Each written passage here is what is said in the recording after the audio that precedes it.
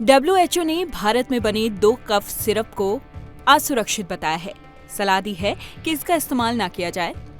विश्व स्वास्थ्य संगठन ने कफ सिरप एम्ब्रोनॉल और DOK-1 मैक्स सब स्टैंडर्ड को असुरक्षित बताया। ये मेरियन बायोटेक ने बनाए हैं और ये दोनों ही सिरप गुणवत्ता के मानकों को पूरा नहीं करते। उज़्बेकिस्तान में 18 मौतों के बाद विश्व स्वास्थ्य संगठन ने ये चेतावनी दी। सवाल ये उठता है कि किस आधार पर WHO दवाओं को असुरक्षित घोषित करता है, इसकी प्रक्रिया क्या है? आज हम आपको इसके बारे में तफसील से बताते हैं। सबसे पहला सवाल तो ये है कि किसी दवा को असुरक्षित घोषित कैसे करते हैं। जब भी किसी दवा या सिरप को लेकर इस तरह का विवाद होता है तो सबसे पहले WHO दवा के सैंपल की अपनी लैब में टेस्टिंग करता है।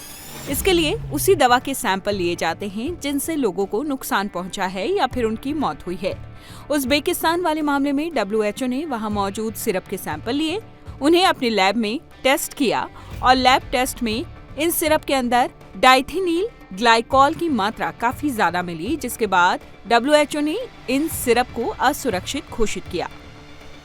अब असुरक्षित घोषित करने की प्रक्रिया क्या होती है वो भी जान लीजिए। इसके लिए 3 तरह के टेस्ट किए जाते हैं। पहला टेस्ट होता है कंपोजिशन टेस्ट।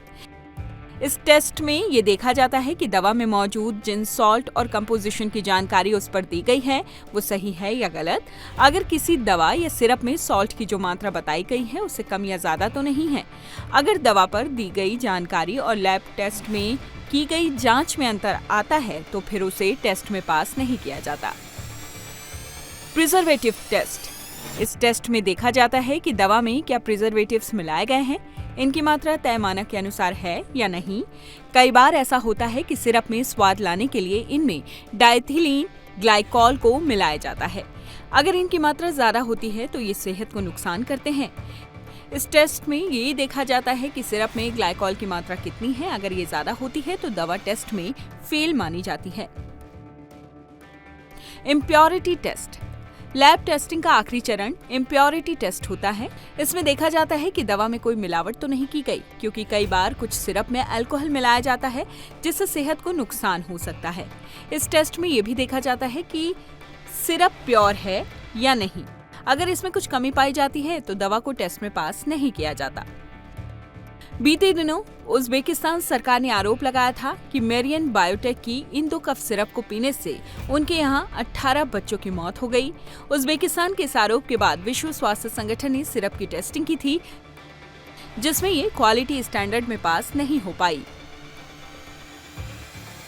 इंडिया टीवी हर वक्त हर जगह डाउनलोड करने के लिए सर्च करें India TV news Google play store या ऐप स्टोर पर।